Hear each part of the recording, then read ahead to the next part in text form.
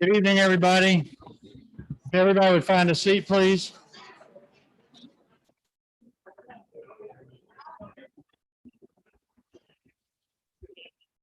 Want to be in the way, yeah. If everybody would find a seat, please.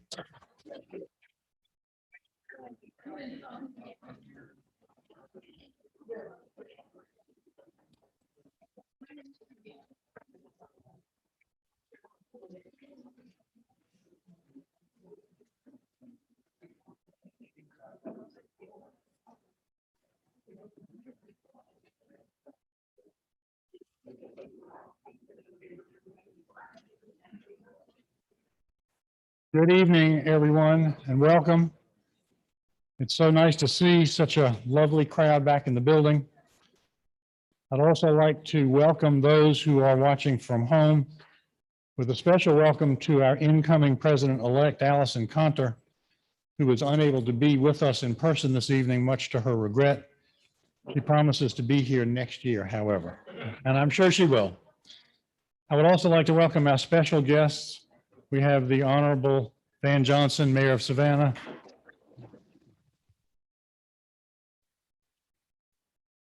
Rabbi Stephen Henkin of Agudath Achim, whom I saw a few minutes ago. There's the rabbi. Rabbi Haas of Mikveh Israel, I think may be on the way. And then Rabbi Slatus, who was supposed to be here but called to express his regrets to me because of a conflict with a Rambam graduation event where only 3 of his grandchildren were attending. So certainly we can understand that. So at this time, I would like to call the 109th annual meeting of the Jewish Educational Alliance of Savannah to order. The first order of business is the Pledge of Allegiance. And I have a couple of pals of mine, my best buds actually, who are going to lead us in the pledge. Boys.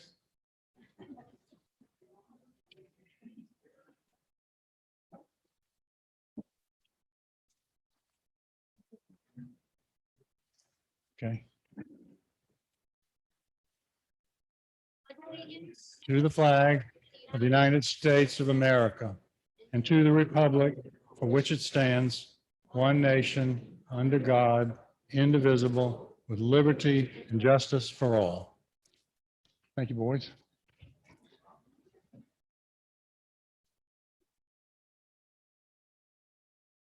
And they're going to take their leave, I think.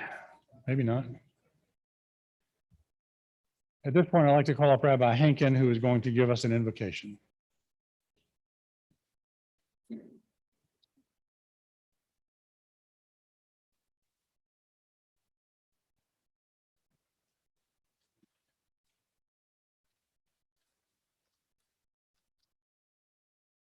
Good evening, everybody.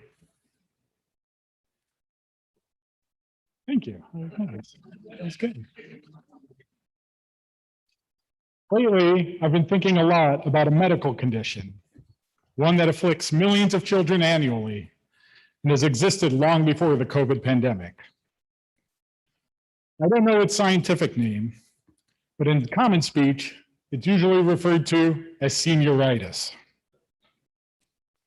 It is a condition found mostly in high school seniors, but can also afflict 8th graders as well. Its basic symptoms are as they get closer to graduation, students get more relaxed, apathetic, careless with their schoolwork. Some will even abandon going to school altogether. One of the causes of this condition is a belief that what they do at this point doesn't matter anymore. Many of them have gotten accepted into colleges, grades and GPAs are all but assured to let them graduate. Summer plans are more or less set, and they are just done with school and want to get it over with. It is noteworthy, by the way, that there is a related condition, end-of-year syndrome, that afflicts non-graduating students with similar symptoms. And I'm willing to bet that most, if not all of us in this room, suffered from this condition at some point in our lives. The only real treatment for this syndrome is a firm, kind, empathetic authority figure, a parent, a teacher, a coach, who stands by the student to remind them that in life, everything that they do matters and continues to try to motivate them to do their best. Well, at this point, I've been a little bit tongue-in-cheek. We all know that this is a real thing. As we get closer to at the end of any chapter in our lives, it can get harder and harder to motivate ourselves and others to do the work we need to do. We just want to go have fun, relax, and enjoy life, particularly when the chapter we are closing has been particularly stressful or traumatic. I bring up senioritis today because I sense some of it in our community. The last year has been horrific for so many of us. But now, with widespread vaccine availability, we all know there's an end in sight. With that end in sight, many of us are done and want to rush to get this pandemic over with. So as we prepare to install a new president, Larry Silberman, tonight, along with the board of directors, part of your goal and job for the coming year is not to succumb to those feelings of senioritis, but to be the firm, kind, empathetic figures who will lead our community forward, reminding them of our and their responsibilities to take the proper steps to ensure everyone's safety, regardless of how eager we might be to move ahead. In the same way Moses, Aaron, and the elders were responsible for guiding the Israelites in the wilderness towards their ultimate goal, as we read in our Torah right now, so each of you will be responsible for guiding our JEA community through the end of this pandemic and towards the fulfillment of your vision and mission. Therefore, as we begin our meeting this morning, I ask you to join me as we pray. Our God and God of our ancestors, may you provide this incoming board of directors we are about to install with the patience, strength, wisdom, and firmness of spirit to make the correct decisions on behalf of the JEA community, the ability to do so with kindness, and the empathy to know what will be best for its members as they lead us into the future. Together we say, Amen.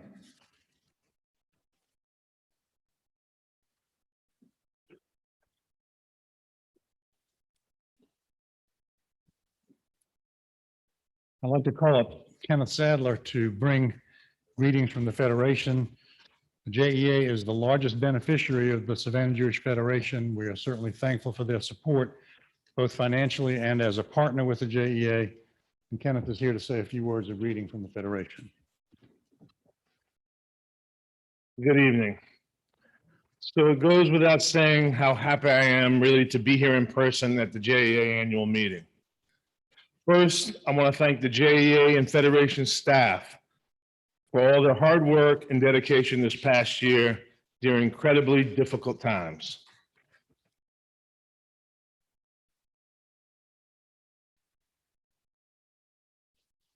As president of the Savannah Jewish Federation and a lifelong Savannian, I have seen firsthand the importance of the JEA to our community.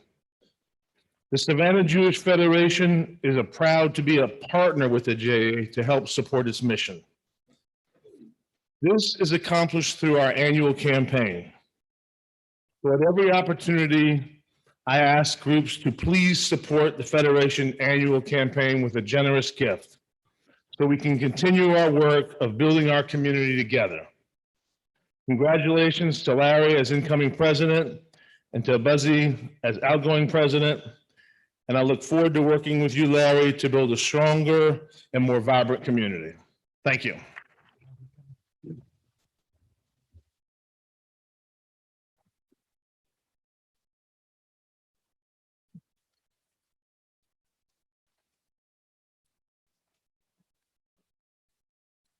Ladies and gentlemen, there are only a few perks that the president of the Alliance gets to enjoy. besides the yacht and the chauffeured limousine. Um, One of those is to select the recipient of the Community Service Award, and the other is to show a picture of the recipient climbing aboard the motor vessel Marco Polo, which pulled into port this morning, and our mayor was out there. That's he on the ladder, by the way. Glad he's here with us, actually. It is my honor tonight to announce the winner of this year's Community Service Award, and he is the Honorable Van Johnson, Mayor of the City of Savannah.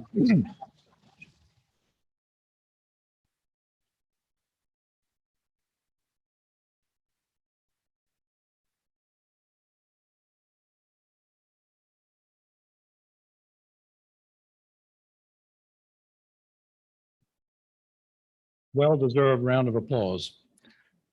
Now, I could list for you many examples of community involvement that Van Johnson has engaged in over the last 25 or 30 years.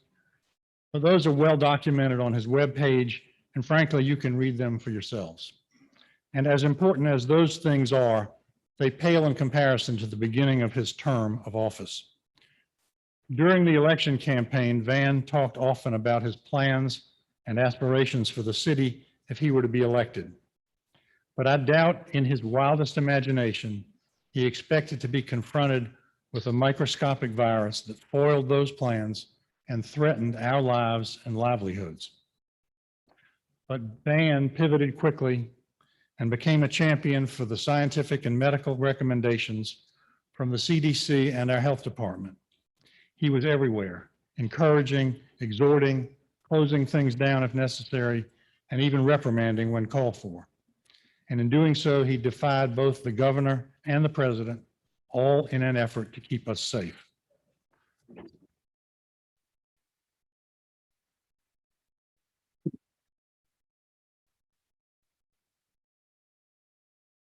But perhaps his finest hour came when he grabbed on to what might be called the third rail of local politics, the St. Patrick's Day Parade.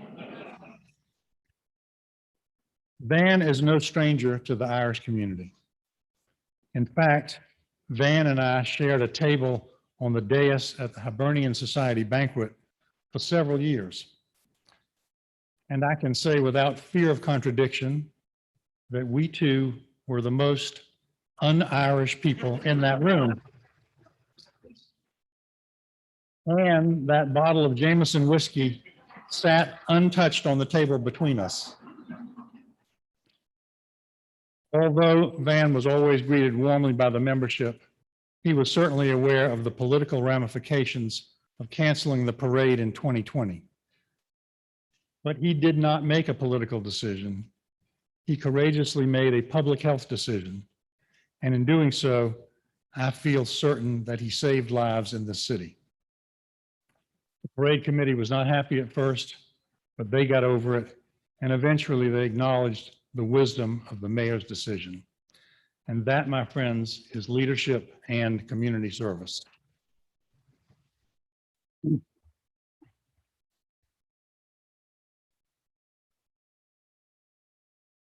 other point that needs to be made is Van's response to the racial injustice protests that swept the country last summer. He recognized the need to join those protests and make certain that Savannah's voice was heard. But he also recognized the need to do so with safety and dignity for our community. By leading the protest march, Van accomplished both goals. Savannah's response left no doubt that we joined the call for meaningful reform, but at the same time, we avoided the riots that affected other parts of the country. And of course, all of this happened in the throes of the pandemic. And that, my friends, is also leadership and community service.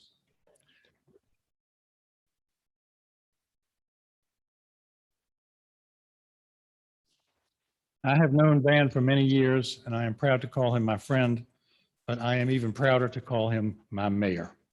Mayor Johnson, if you would step up to receive your award from the JEA, which is grateful to you for your years of service.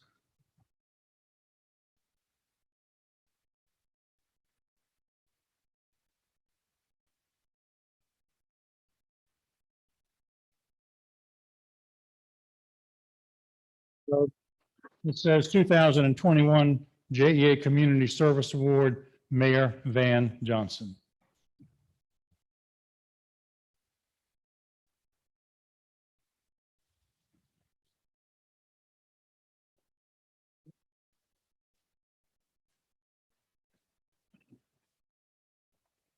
Good evening. And thank you, Your Honor, for this opportunity and to all of you.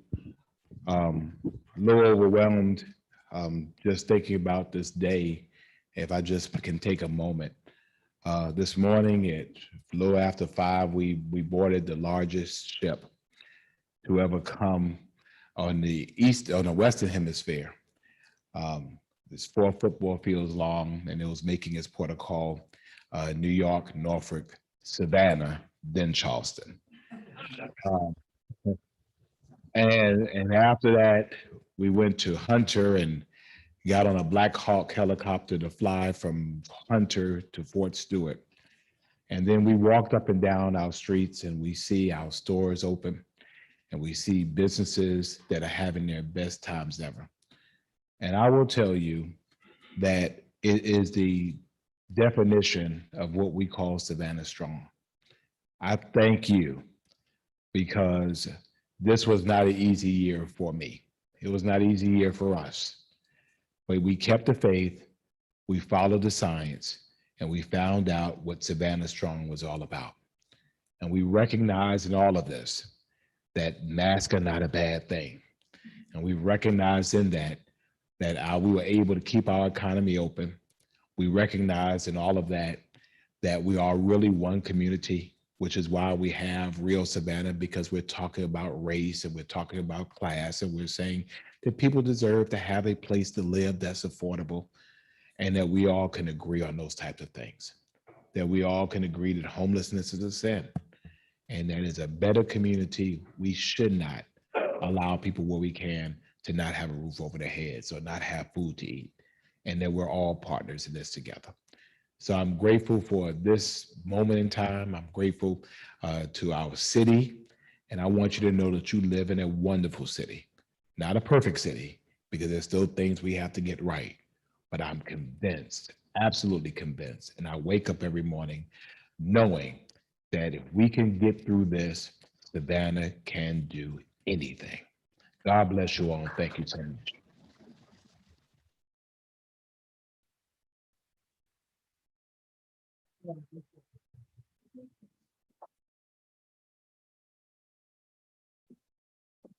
The mayor has another engagement this evening, pretty long day starting at 5 o'clock.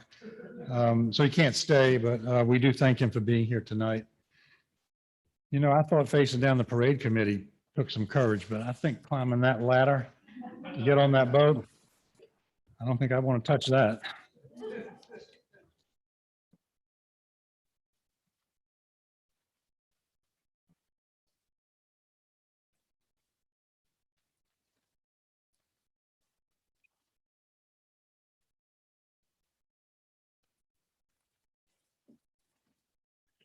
We are now ready for the director's report. Adam Solander is going to give us a brief update on the state of the JEA. So, we are back.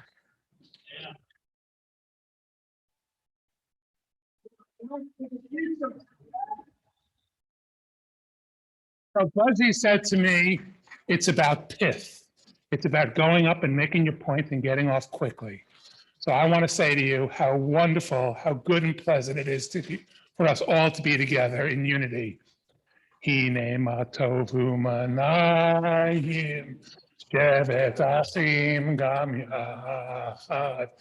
Hine ma tovu manayim, shevet achim gam yachad.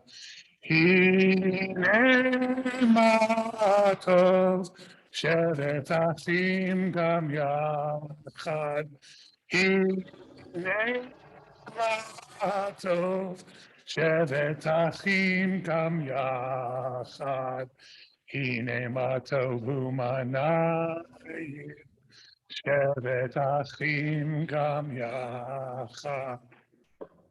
Thank you.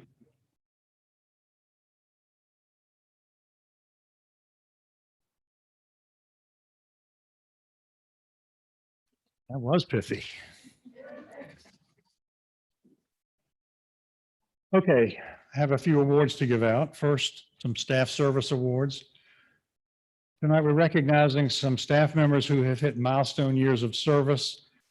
We thank all of our staff for their hard work and especially those who have reached milestones.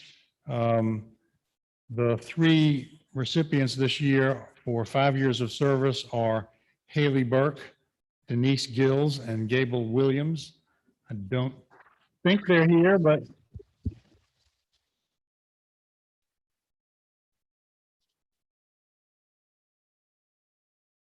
they will. Are they here? Oh, okay, great. Congratulations.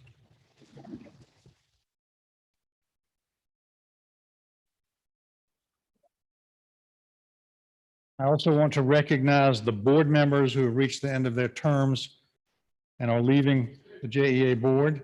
They've all been very active, attended board meetings, served on committees, and even chaired committees. We'll certainly miss their regular attendance going forward, but that does not end their involvement with the Alliance. I assure you, we will find ways to put you back to work. For now, though, please accept the thanks of the entire membership for your hard work as board members. So would Cookie Gale, Lisa Makoviak, and Scott Samuels come forward? Scott also served as a second term as president in addition to serving on the board. And Lisa is with us. We have a mezuzah as a memento for you. I am sure. I am sure that that Scott and Cookie are watching tonight. And finally, we have the President's Award. The President's Award this year goes to the entire executive committee of the Alliance.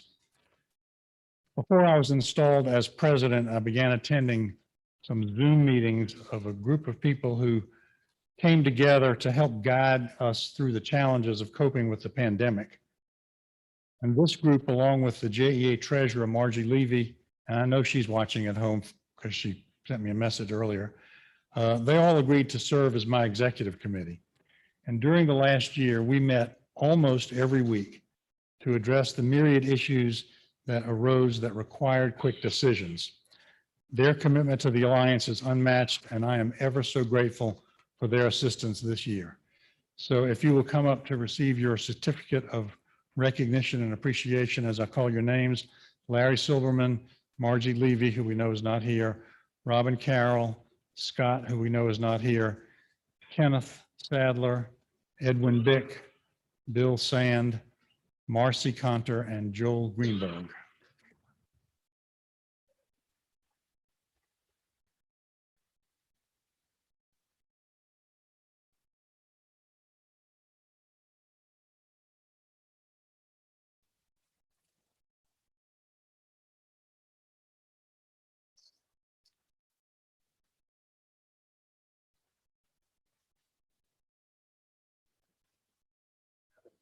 Yeah, I think it's. Well, you got to take a picture, Ken.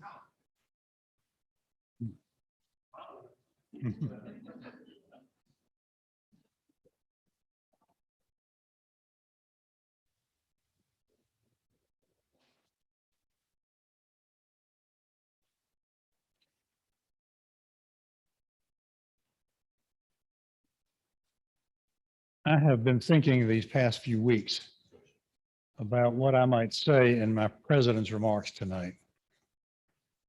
Some of my predecessors have waxed philosophical. Others have echoed words from the Talmud.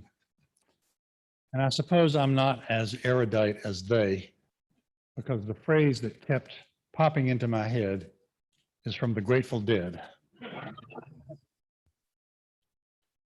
What a long, strange trip it's been.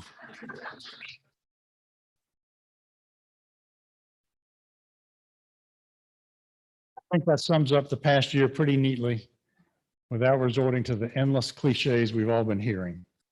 I'll try to give you a brief summary. It all started with a scam call. You know the ones, your car warranty is expired, your social security account is being canceled, that kind of thing. Only this time the caller ID said Scott Samuels.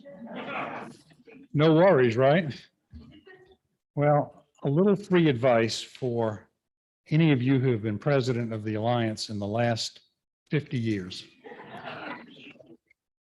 Think twice about taking a call from Scott. Because if you do, you'll likely wind up like me, serving another term as president. It will be easy, he said. You'll have a lot of help, he said. He was right about that. You'll mostly be a figurehead, he said. There's nothing to worry about, he said. There are no problems on the horizon, he said. About a week later, the country started to shut down, and I began to feel like I had signed on to be captain of the Titanic. As you all know, we closed the building shortly thereafter. We remained closed for 8 or 10 weeks, and it was with great trepidation on my part that we began to reopen in late May of last year. The annual meeting was by Zoom, as were all subsequent meetings during my tenure, except for tonight. I'm certain I'm the only president who never had a meeting in the building, and I didn't even set foot in here for the first 11 months of my term. But with the collective wisdom of the executive committee, the support of the board, and the leadership of Adam Solander and Cheryl Lansing, we began the process of reopening the doors. We were only able to do this because Adam had the foresight to source the necessary supplies and equipment to sanitize and prepare the building, and because of the dogged determination by Cheryl to file the earliest application for a PPP loan in the history of PPP loans.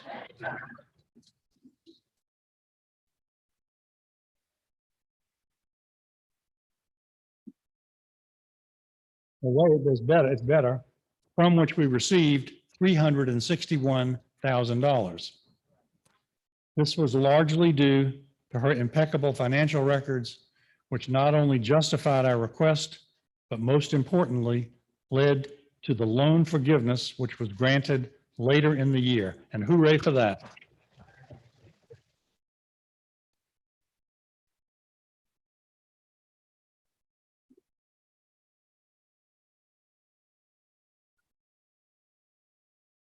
Without that loan and the unwavering support of the Savannah Jewish Federation, led by Edwin Bick, who also assisted with the loan process, and of course later by Kenneth Sadler, I doubt we would be here tonight. But as a result, we did not lay off any employees. Everyone got paid and kept their benefits, so that when we started back, our workforce was intact.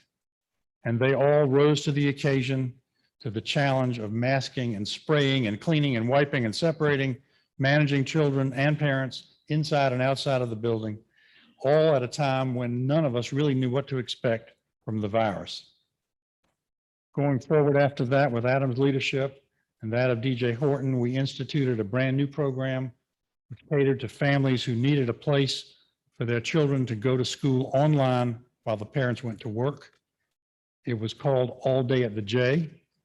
Not my choice of names because I'm an old school guy. It's always the Alliance to me, but regardless. The staff rose magnificently to the challenge and ran a very successful program despite all the unknowns we had to face. Our preschool program under the leadership of Jody Sadler reopened and began to flourish again. Summer camp opened last June, albeit with a modified program. And this year, I'm happy to report that both camp and school already have enrollment exceeding the years before the pandemic.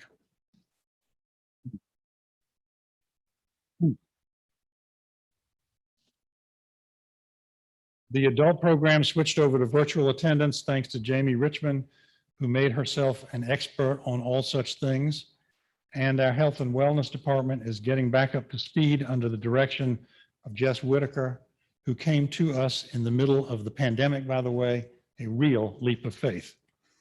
All the while, Ray Adamson, our facilities director, and his staff were hard at work, keeping the building at a hitherto unheard of level of cleanliness, while our office staff, led by Vicki Lunick, kept our administrative ship afloat.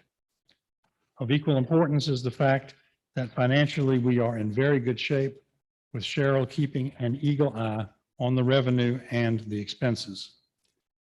Of course, Adam was everywhere as usual, but also keeping up with the latest pronouncements from the health department, the CDC, the school board, the city of Savannah, as well as the other JCCs and federations across the country, to be sure we were in compliance with all of the many guidelines and best practices. It was a Herculean task, and he made it look easy.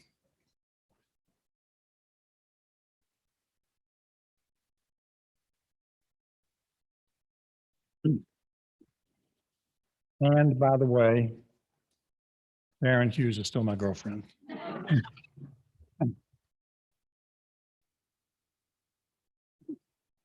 Although I cannot claim the credit, the highlight of my term as president is this: we are still in business and we are getting back to normal.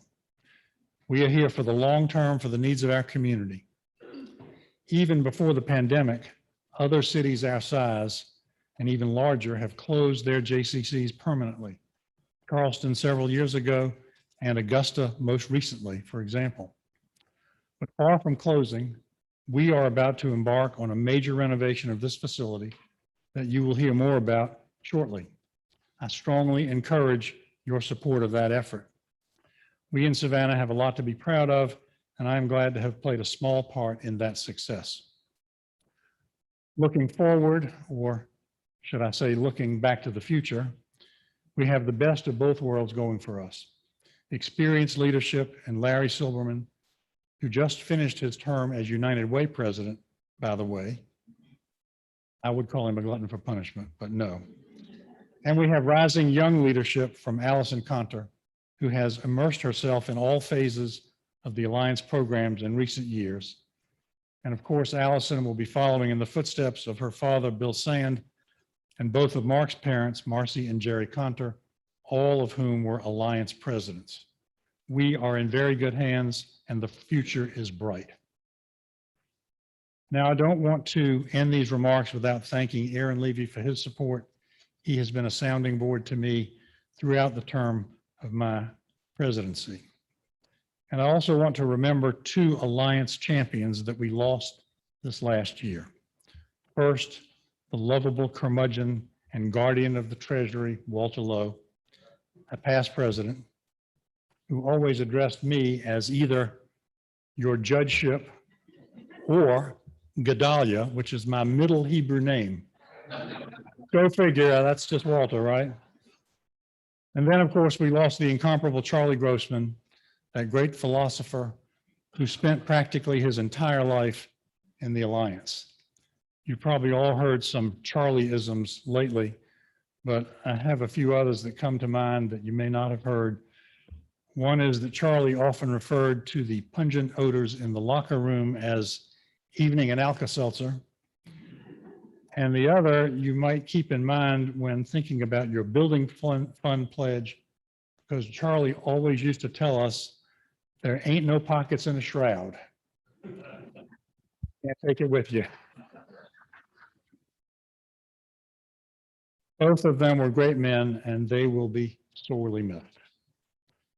And one last thing before I sit down, even though Scott's not here, Scott, I know you're listening, I have changed my phone number. Thank you.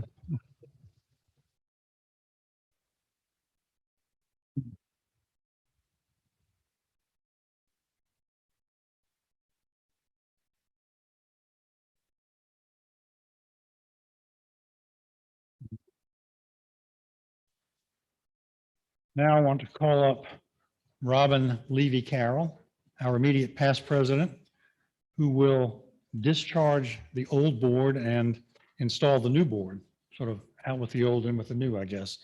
Robin, where are you? Ah, well, before you do your work, one other digression for a presentation that we could not make last year because we didn't have the meeting in person. It's customary to give a president, an outgoing president, a gift in thanks for years of service. I can tell you that Robin was an exemplary president. She gave her all to the job and she continues to do so. She's been on every Zoom call this year. She's offered invaluable insight and institutional knowledge to me. Robin, the Alliance is very grateful for your service. And I think this is it right here. Yeah, come up here and unwrap it.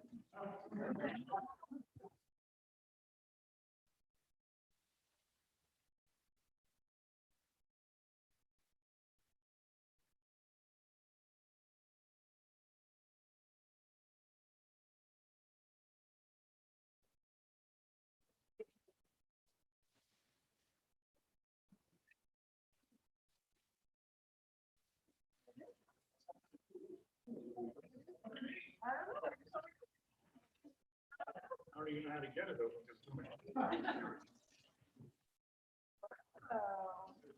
All my leisure time.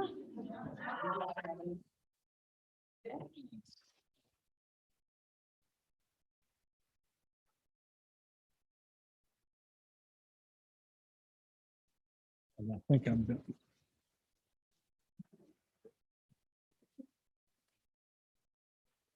Thank you, Buzzy. I really appreciate you serving this last year. I promise we thought it was going to be easy.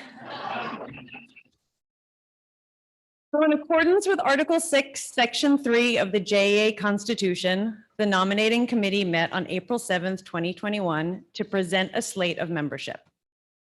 Before we begin, I'd like to first say thank you to those who end their current terms at large directors, Lisa Makoviak and Cookie Gale, who both have served the maximum 3 terms or 6 years. And I would be remiss if I didn't personally thank Scott Samuels, who convinced me to step up and who's been on the board as a director, officer, and president 2 times over the past 2 decades. His commitment to the Alliance is unparalleled.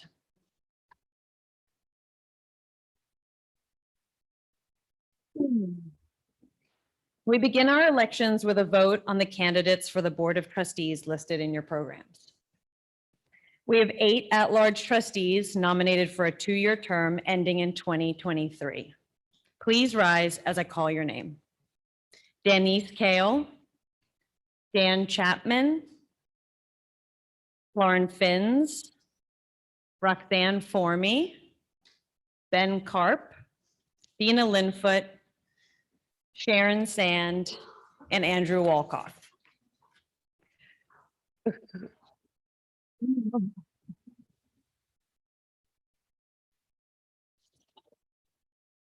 Who join 9 current trustees who continue in their 2-year term ending 2022. Michelle Allen, Rachel Curry, Joan Dane Kellogg, Seth Grinald, Bianca Hollander, Scott McGee, Linda Meyer, Stacy Schlafstein, and Josh Yellen. Do I have a motion to elect these nominees? Thank you. A second? All in favor, say aye. All opposed, say nay. Hearing none, the JEA directors are elected.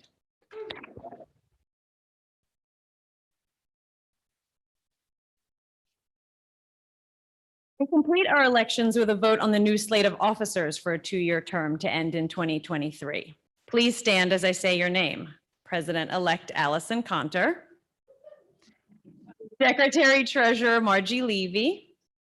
Immediate past President Michael Karp. Past President Robin Carroll. Do I have a motion from the directors to elect the nominated officers? A second? All in favor, say aye. All opposed, say nay. Hearing none, the officers are elected unanimously.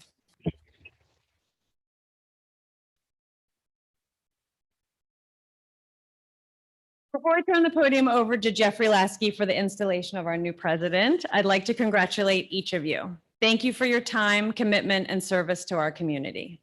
In closing, I'd like to thank all the members of the nominating committee for their work in this vital process. Lisa Makoviak, Scott Samuels, Josh Yellen, Lynn Reeves, Matthew Allen, and Edwin Bick. Lador Vador, from generation to generation, your work to perpetuate such an important institution is so appreciated. Jeffrey, please come up and install our new president.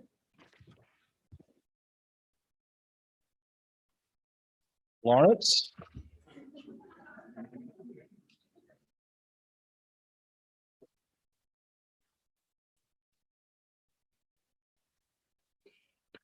Come on. Larry, as we emerge from the pandemic, you and your board will be faced with many difficult decisions, but at the same time, many exciting opportunities. The difficult decisions and exciting opportunities will include how to get the JEA back to normal after the pandemic, and the details about what to do with the decaying condition of the JEA building. We are truly blessed as a community to have you at the helm at this critical time in our history. I met you when we became workout partners and have learned a lot about you over the last decade. I learned how loud you can grunt and groan when you're doing your push-ups and your sit-ups. I learned you have a great sense of humor. I learned that you do not speak often, but when you do, it is thoughtful and meaningful. And I learned that you are a great motivator and mentor to the people that you work with and that you lead. Your leadership experience and the skills you develop, both in the corporate world and as chairman of the United Way, will serve our community very well. You are the perfect person for this time and for these circumstances. I'm confident that your board, under your leadership, will not only envision the future, but will make that envisioned future a reality. With that, congratulations on being duly installed as the 53rd person to be the JEA president in the last 109 years. Mazel tov.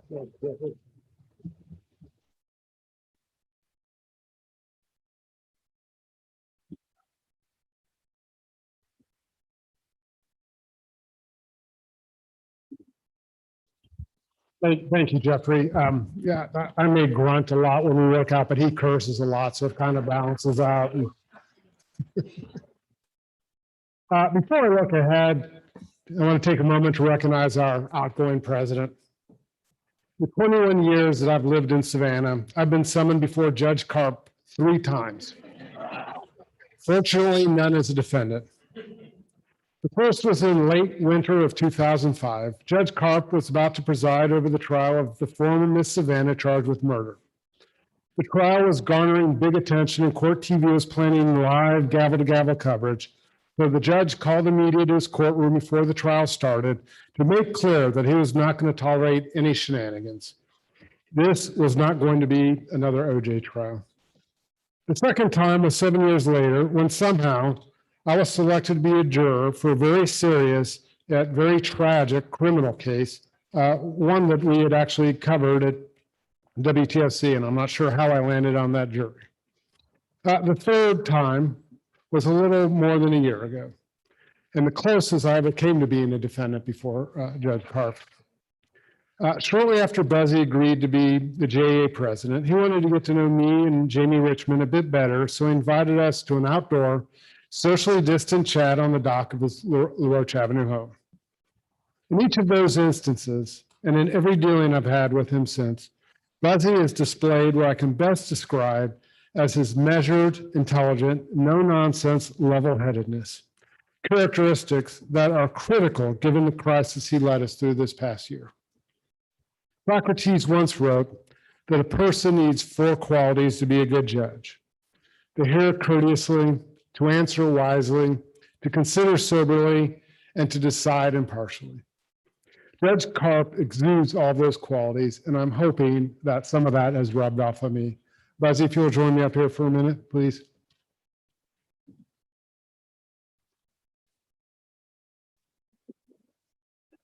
We know there's 2 things you're incredibly passionate about, and first and foremost is your family, and second is some good Jewish soul food. So we would like to present you with a gift that would recognize both of those passions for you. We have put together a book that shows the Karp family through the archives at the JEA. And here's something to nosh on while you enjoy that book. So. Thank you so And much. thank you so much, Buzzy. It's been a tremendous pleasure.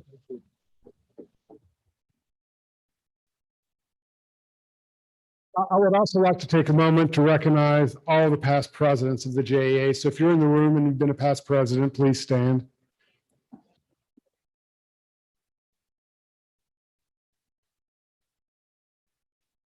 And be seated. I especially want to thank those for whom I served as a board member, Joel Greenberg, Robin Carroll, and Scott Samuels. As I accept this honor and privilege of leading this great organization, please know that each of you have enlightened and emboldened me, and anything we're able to accomplish in these next 2 years is only possible because of your previous leadership, and for that, I thank all of you. I would also like to thank Allison Contra, who, as we mentioned, couldn't be here tonight, for agreeing to be our president-elect. I look forward to our partnership these next 2 years, and it provides me, as it does many others, great comfort to know that for the next 4 years, we're going to have great stability in our leadership, something that we haven't had for a while. And finally, and most importantly, I'd like to recognize my family. First, my daughter, Hattie.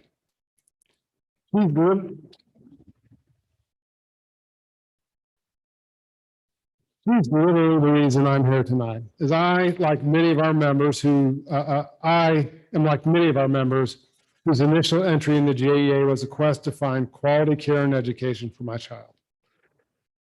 But more than that, Hattie is also an incredibly patient and very generous when it comes to allowing me to share my time with others. So thank you, Hattie.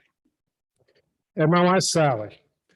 I tried saying this at the United Way annual meeting last week, and I don't think I got through it, so hopefully I will today. But I have been her work in progress for the past 20 years, and I think we're starting to make a little bit of progress. Without question, makes me a better person and gives me the strength and support necessary to take on community leadership roles. I thank you for that.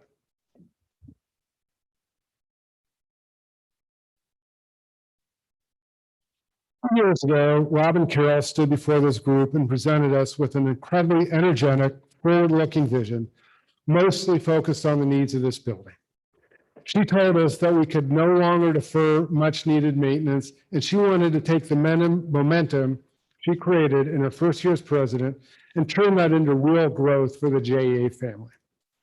And just like that 1.21 gigawatt lightning strike stop time at the Hill Valley Clock Tower, a global pandemic stopped her plans in its tracks. No longer was the focus forward-looking, but instead pivoted to day-to-day survival. So here we are, 15 months since time seemingly stood still, trying to figure out when this pandemic will be over. But now we're starting to sense that we're very close to the other side. Our meeting tonight in person is a clear signal that some sort of normalcy is on the horizon. But tonight, as your newly named president, I'm here to say that as it was for Marty McFly and Doc Brown, it is time for us to get back to the future. It's time for us to get back to, it's time to restart the clock and recommit ourselves to getting our house in order, both literally and figuratively. You may not realize it, but 1954 was a significant year for everyone in this room, even for those of us not born yet. That was the year we really loved Lucy. Tony Bennett took us from rags to riches.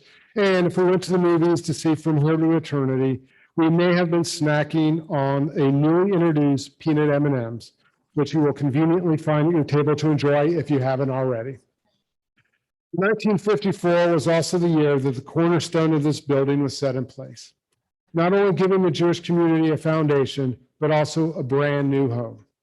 And as members of this community and current residents, it is our duty to continue to build upon that cornerstone today, to ensure that the generations that follow us are able to create the same type of cherished memories that we have, as well as those who have preceded us.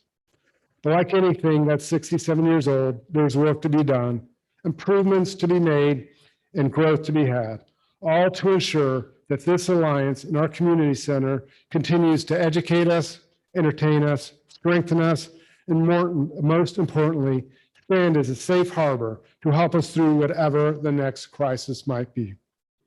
As I mentioned earlier, during Robin's term as president, she was focused on restoring and improving our building. She commissioned a long-range building committee to prioritize our needs, and she had fully intended to launch, as she fully intended at our annual meeting last year, to launch a capital campaign. But just as she said then, quoting John Lennon, "Life is what happens when you are busy making other plans," and the campaign was shelved. Well, tonight it's time for us to get busy as we are finishing what Robin started and launching an aggressive capital campaign that's designed not only to meet our current needs, but also help us envision the future. The campaign will be co-chaired by Jeffrey Lasky and Mark Connor, with the support of an incredibly engaged and passionate committee. In preparing for tonight's launch, we sought counsel from a diverse cross-section of our community. When asked what the JEA means to them, each had a slightly different answer, be it educational programs, the fitness areas, the pool, or the school. But to a person, what the building and this organization means to everyone is best described by Jody Sadler. Turn your attention to the screen.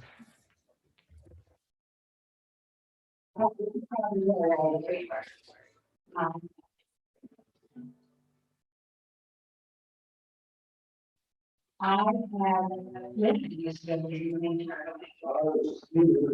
When a cornerstone was put down on this building in 1954. I really ever remember time, but I wrote it off the JEA. Part of the ordinance of that.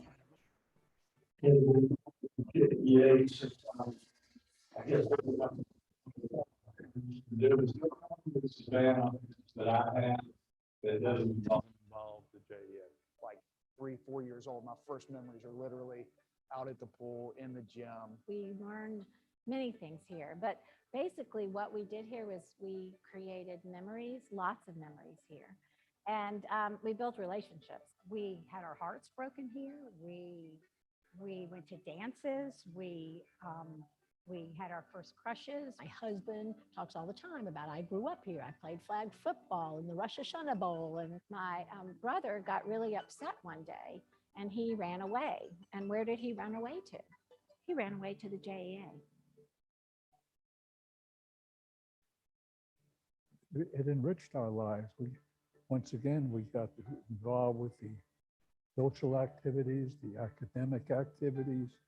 We got to know people we would never know. Well, I think it's a place where our entire Jewish community, all the synagogues and people who may not belong to synagogues can come to the JEA and be welcome. It's been likened before to a town square. To bring us together as a group to solve a problem, to have a program, to celebrate a holiday, or to celebrate someone's mitzvah, or to mourn with a family who's lost someone. The JEA is a common meeting ground for especially Jewish people, but all kinds of people. So I think the JEA to the larger community is that it's exposure to non-Jews about what it's like to be Jewish and also holidays that we celebrate. There's an understanding of what it means to be Jewish in Savannah that I think is significant. And I really do attribute that a lot to this center. We were in the process of opening the preschool here. And I was telling someone about it. They said, well, if they open a preschool, we will have our child there because we know if there's a program in Savannah at the JEA, it's going to be a quality program. We opened in August of 2013 with 3 teachers and 23 children. And today, I'm proud to say that we have 7 classrooms and over 100 children enrolled. Opening of our wonderful preschool that I'm so proud of, I think has really brought young people back to the JEA. We really got it when we had kids. Like that's the, I mean, we didn't really become huge users of the facility, until we were indeed married and then had kids and then brought the kids here and then kids in preschool. But not only is it school, it's all the holidays that you get to celebrate here. It's the Purim carnivals and the Hanukkah festivals. And the camp program and the after school program is a huge deal here as my kids age, I can see them long-term. I want them to be camp counselors and swimming instructors, lifeguards in the summer. I recognized that I really liked working with kids through the camp leadership and training program and counselor and training program. So I went through those and I melded the two together and became a swim instructor here. So I do that. And then I love the camp side of things. So I stayed and became a camp counselor. So not only is it a great pool for members to use, for us to use for campers, our pre-K program is different than all the other pre-K programs because we offer swimming during the day. The kids swim every Wednesday morning, and you don't get that at many pre-K programs around town. I think that it's also a good way to attract new members. You know, the pool for us is where our kids learn to swim. They took their first lessons there. You know, it's where they first learned and had the courage to go up the slide by themselves and come down that slide. Sundays at the pool are very fun because our kids have cultivated friendships at their preschool. It helps cement your involvement here because you knew whenever you came to the pool, the kids would see their kids that they played with at day camp or that they played with at school or preschool, whatever level they were at. And the parents had company. The parents saw their parents, and so they had camaraderie around the pool. But there's two pools here. The indoor pool has also been a major draw for people. And there are activities for, not just for youth, but for young unmarried adults and married adults and people with families with children and for senior citizens. The organization brings in the people from the opera company. We bring in lecturers. Until the COVID, I used to come here for lunch every Thursday to hear a speaker and to visit with people. Food for Thought is generally an older crowd, so it's a nice opportunity for not only my kids, but also for me and my wife to meet some folks that we normally would not see otherwise. In Judaism, we have a thing that says Lador Vador, generation to generation. And that is what I feel when I walk in this building. I feel a connection to my parents. My parents' picture is on the wall, you know, my grandparents, my great-grandparents. I was able to share Shabbat with my mother, and she was over 90 at the time, my daughter, myself, and my two grandsons. And I watched her see my children learn the prayers, understand the songs, get excited for Shabbat. And I saw her light up when she experienced that moment with them. I watched my mom come with her grandchildren and do the exact same thing. And it's my hope that my mom will become the great-grandmother that gets to celebrate JEA Preschool Savannah Shabbats with her great-grandchildren, and that I can celebrate those Shabbats with my grandchildren as well. Now I see the JEA as how can we keep it for all the generations? It's twofold. It's about survival, but it's also about pride and having something that looks like it belongs in 2021. We need to invest in order to continue with strength and being a vibrant spot for people to enjoy being at, and to have those Sundays where the pool is packed, or to have, you know, the film festival where people are coming. So when there are cultural events, when there are purely social events, when there is a gala. If the JEA had to close its doors, I really think our community would lose its cohesiveness and lose one of its reasons for being a Jewish community. This is the ultimate leadership of Jewry in Chatham County, in Eastern Georgia, and in the Southeast United States. The JEA has to be here. It just has to be here. It has to be here not only for the Jewish community, but for the broader general community. I think we have a more demanding membership that expects more. New programs, new ideas, and the only way you're going to do it is you need the foundation of adequate monies. You need to have a building, and the building's expensive, and this is a big one. This building needs to be here in the future. And somebody previously made that commitment. And then I was able to take advantage of the fact that I came to a community that I had never invested in. And here was this building. And our investment essentially is for that future person we may never meet.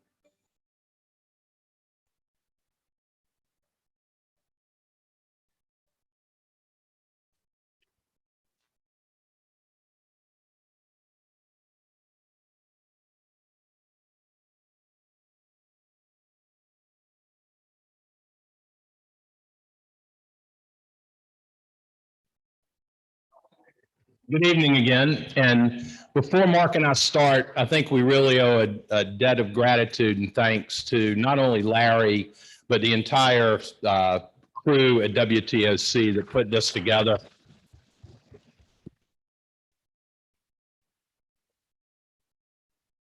It really became a labor of love for all those that participated, and they did an awesome job.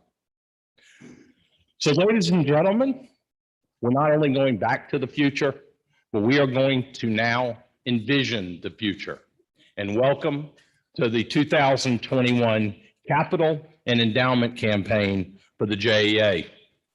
As you heard, Mark and I are co-chairing this campaign, and tonight we're going to show you what, why, and how we are going to continue to envision the future for us and our community.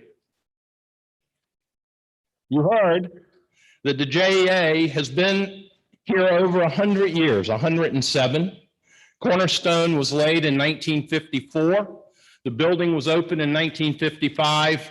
And you see the old building and the dedication ceremony. And I suspect there are some people in this room that were at the dedication ceremony back in 1955. And then in 1991 was the groundbreaking of the new JEA, in which we are now sitting, and which is now 30 years old.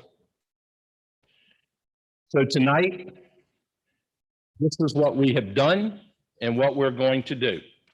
You know.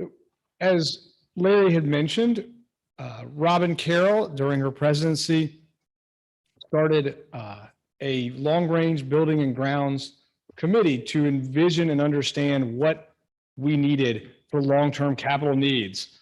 Her very capable husband was chosen to run said campaign, and Sam did a masterful job collating a lot of information. We had a number of different members with various areas of expertise, from MEP engineers to interior designers to architects, and to members who have had long-term building and grounds committee work. And so our committee met over the course of a year and went through a review of the major building systems and components, everything that you see both in this room, throughout the building, and all the things that you don't see, the things that keep us, that keep the building functioning and keep it hopefully usable on a day-to-day basis. So this is, many of you have heard, as we've had issues with roof in the past, our multiple aging HVAC systems. We have 2 large pools, we have fields, we have basketball courts, and we have other things that you take for granted a bit, like lighting, sound systems, our parking and drainage structures, and the soft goods that you see, like flooring and wall coverings and things like that. So as we went through as a committee, we worked through a 5-year capital improvement plan to really understand first what are the needs throughout these various parts that make up the building. Work to determine a very specific schedule for each capital need as it relates to both useful life, replacement time, and cost.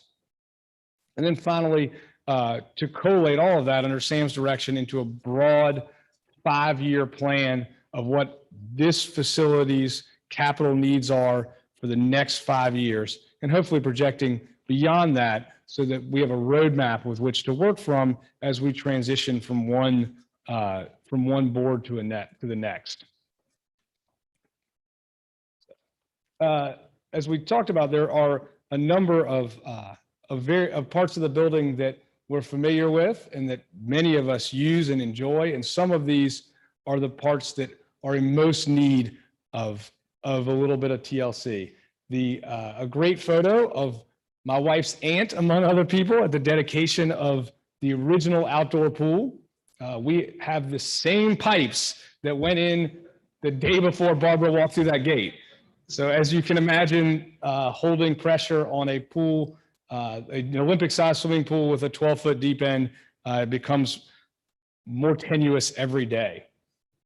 The indoor pool is used by many of our members daily. It has a solarium that if you've been underneath it, I hope you walk quickly.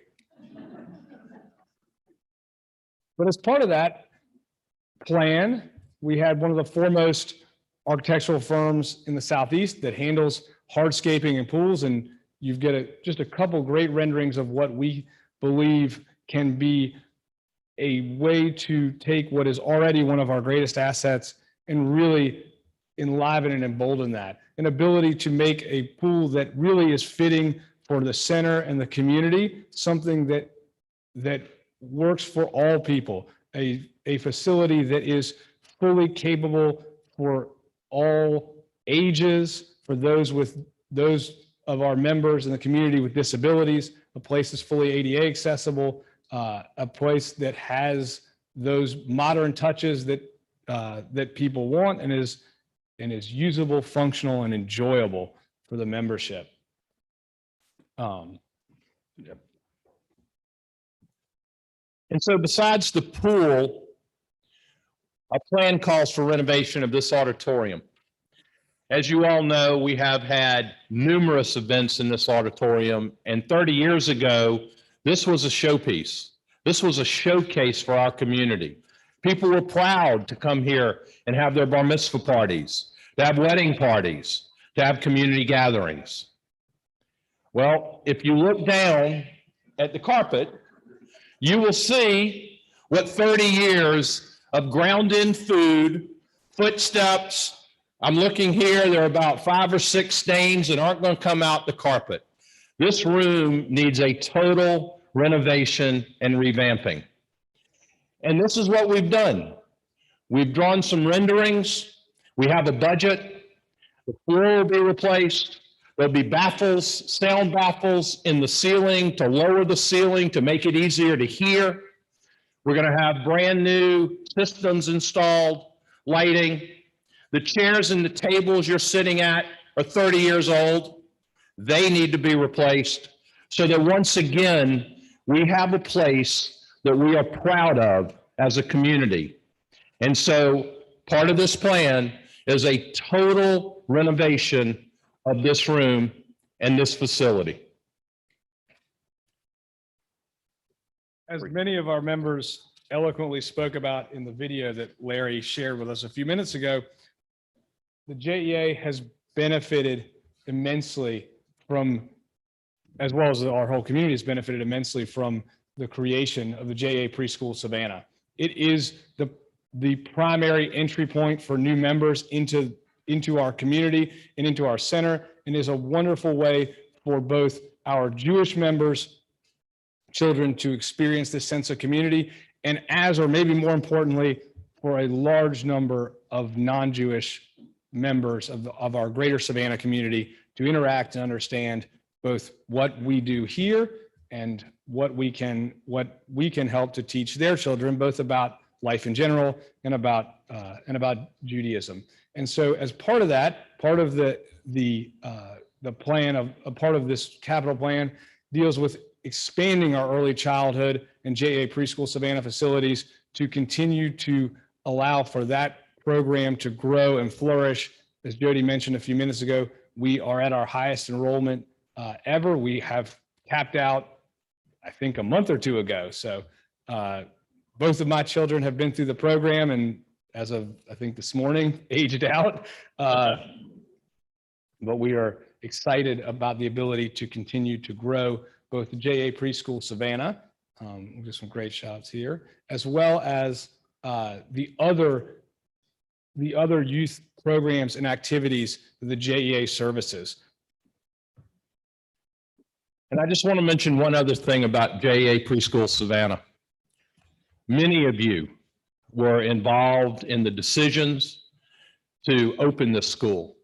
And our vision at that time, envisioning the future 10 years ago, was that it was going to become an entry point for Jewish families in Savannah. We're very proud to tell you that in 8 years, we have had 107 Jewish children come through this school. 74 Jewish families that otherwise may never have gotten the start of their Jewish journey. So we envisioned the future and we made it happen, and it has been an incredible success.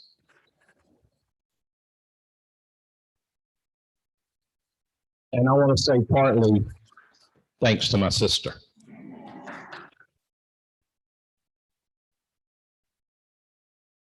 As part of the plan for the JEA preschool, we knew that it would bring membership, aftercare programming, and camp.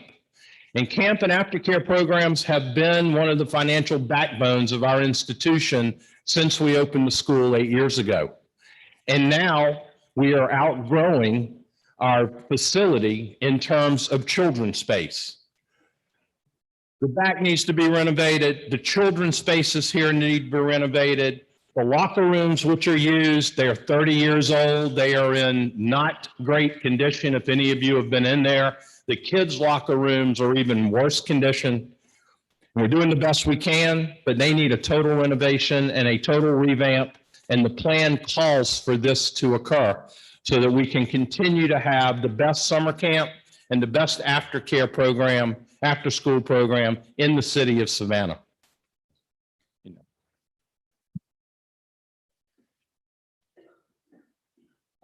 So as a way to bit recap, as we're going to talk to each of you soon about where your dollars can help, here's some great places that you know that you can see, and some of them you can see and feel and touch.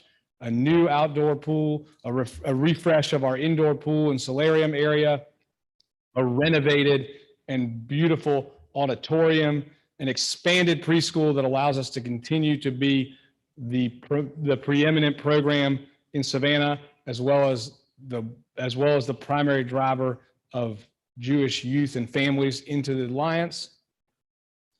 Some desperately needed renovated locker rooms that if Charlie was here would have a word or six about. And then other things like a roof replacement and primary mechanical systems that will need to be that'll need to be continued through. So as we get through other things that you may not quite see as readily, but we have significant either deficiencies or opportunities to improve things like our parking, lighting, both in terms of its sustainability from an energy use standpoint, as well as from a safety standpoint, and other broader systems. We have computer systems that need to be replaced, audio video systems that need to be replaced, and things that bring this building up to the 21st century that all of us can be both proud of and make it a more useful and enjoyable experience. So that's the what. You got to be sitting there thinking, what's the how? So after we finished with the building plan, we came up with a JEA Capital Campaign Committee. And believe me, we were hard at work. Robin said, go raise the money. We formed a committee, an outstanding committee that, as you see, has many past presidents, have people that are committed to this facility and, more importantly, to our community. And then we got stopped dead in our tracks with COVID. Our last meeting was March 3rd, 2020. And we were just about to launch this campaign. I got a call from Buzzy, which also is going to require me to change my phone number, because Buzzy said, I think it's time. I think it's time to get back and to start it. And so I got with Mark. We got our capital campaign committee together. And tonight we are launching this campaign. So what is the plan and the formula for success? We're going to run a 3 to 5 year campaign. Most of the pledges and the gifts we get, we expect to be over a 5-year period. And we want to raise enough money so that we can do all of the capital improvements that are absolutely 100% necessary for this building to survive and to make it into the future. We're going to obtain significant financial commitments from both our established leaders and new leaders. It is critically important that our new leadership, those under 50, understand the importance of financial commitment to maintain the future of our community and our building. Many of us in the room remember 30 years ago when we were under 50. Well, we try and remember 30 years ago when we were under 50, when men like Aaron Levy and Don Cole came to us and said, we want you to commit X dollars. And you looked at them and you took a deep breath and you said, okay, because we knew the importance. Well, we're going to have those same discussions with all of the leadership, with everyone in this room, and with everyone in this community. We're going to look for donations outside of the community, both in our non-Jewish membership, in corporate donors, and in Jewish members that grew up here. We recently, about 3 weeks ago, had a reunion of guys that played basketball here. And there were about 40 guys up in the gym on a Sunday. You saw Lenny Passink and Brian Passink. They came into town. The camaraderie was unbelievable, and the reason they came was because they grew up in this building and they wanted to come back and see each other and reminisce about growing up here. And then finally, and perhaps one of the most important components of what we plan to do, is we have developed a financial plan for the needs after this 5-year capital campaign and 5-year plan to renovate the building. We also have a formula for success involving the back 4 acres of the property. As most of you know, the back 4 acres of this property has sat vacant and unused for probably over 20 years. The JEA board has voted to market the property. It has currently been marketed and being marketed. It will be a compatible use. It'll either be a medical center, a senior citizen center, perhaps a apartment complex. But what we envision is a symbiotic relationship with the back piece of property and whatever's built back there, so that if it's a senior citizen center, they won't have to have a gym. They won't have to have a pool. All they're going to have is a JEA membership. And they'll be able to come utilize this facility and all that we have to offer. So what's the cost? The big number. Larry used the word aggressive. It's a very aggressive campaign, but it's what it's going to take to do the things that have to be done so that this building survives. Because I can assure you, when it rains, you want to know how bad the roof is? Come here and count the buckets. You want to know how bad the HVAC system is? Come here in the middle of the summer and watch the water dripping from each one of the lines. They have to be replaced. So we have a $5 million goal. I am very proud to report that we started this campaign off with the members of our committee and 3 other members of our community.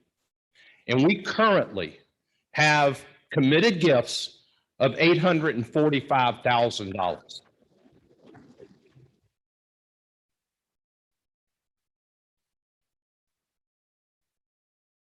I'll be very frank with you, that's not far enough. I think leadership that was involved 30 years ago in the capital campaign to renovate the building will agree. We made one big mistake. We did not provide for the future. And so based on the recommendation of our committee, the JEA board has approved a resolution that 10% of every dollar raised and every dollar raised in excess of our campaign goal of $5 million will be placed in a permanent endowment solely for the capital needs of this building. So when we finish the campaign, we repair everything. This building will be like brand new. And then in the future, there will be a source of funds to replace the AC, to replace the flooring, to replace the roof. Without hopefully going on another capital campaign. So we have done our best to not only envision the future, but to plan for the future. We're going to need everyone to step up. We're going to need everyone to reach into their pockets, but we are confident that it will happen. We have a tremendous plan. We're going to be asking people here not only for their gifts, but to go out and be solicitors, because you here tonight are the ones that have the passion, have the love of this building and the love of this community. I'm hoping that next year, this time, we will come to report a very successful campaign. We thank you for your time. We thank you for your energy. And most importantly, we thank you for your commitment to our community.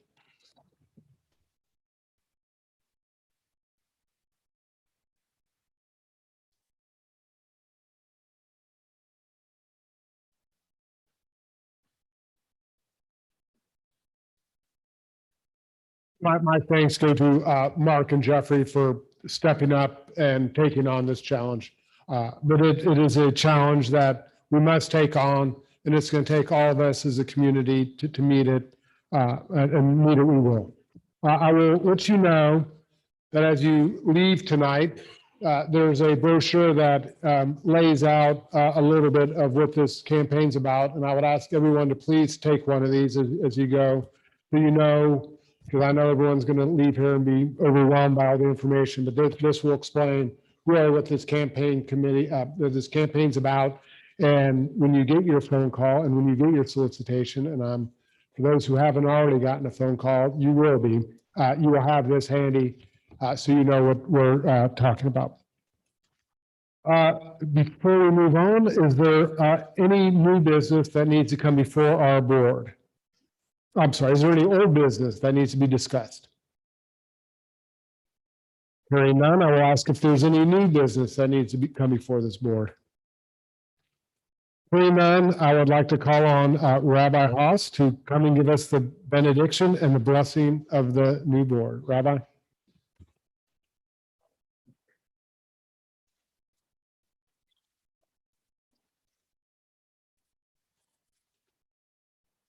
As many of you know, I grew up in a small town where we didn't have a JEA.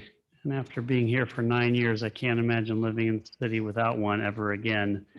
I've had the privilege of using most of the facilities here, both as a younger man than I am now, as a single guy, and as a parent, and every single opportunity I've taken, and it has been a pleasure. So thank you to everyone. For 109 years, this institution has been the center of life for our Jewish community. And I think the reason is clear. It's the leadership. Every year, we have made it a priority to select the right people to lead, and that's why it's still here. So thank you to Larry and everyone who is on the board. I can tell you, I know all of you, and you are tremendous individuals who dedicate so much time to this community. I can't even imagine how you are able to work or dedicate so much time to other things in this city, which you do. So thank you, and we look forward to this building being here in the future.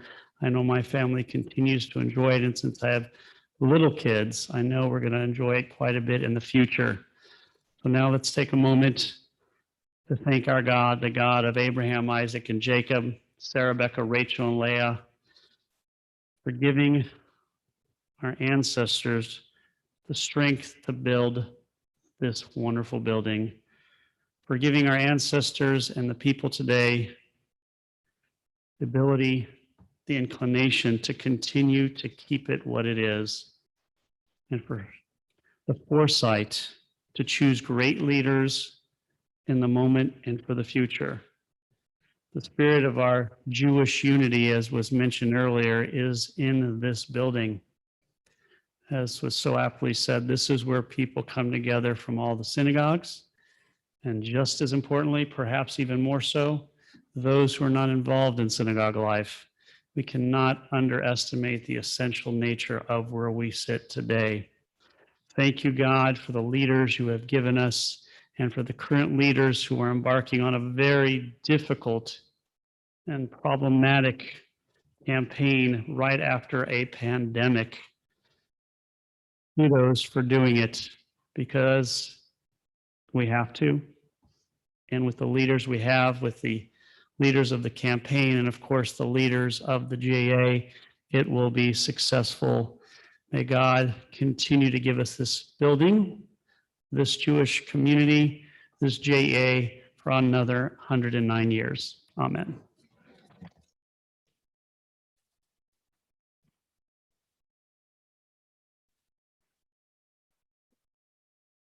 Thank you, Rabbi. And before we adjourn the meeting, I am going to ask all past presidents, after we do adjourn the meeting, to come up here. We want to do a group photo because there's so many in the room tonight. So with that being said, this meeting is adjourned. Thank you.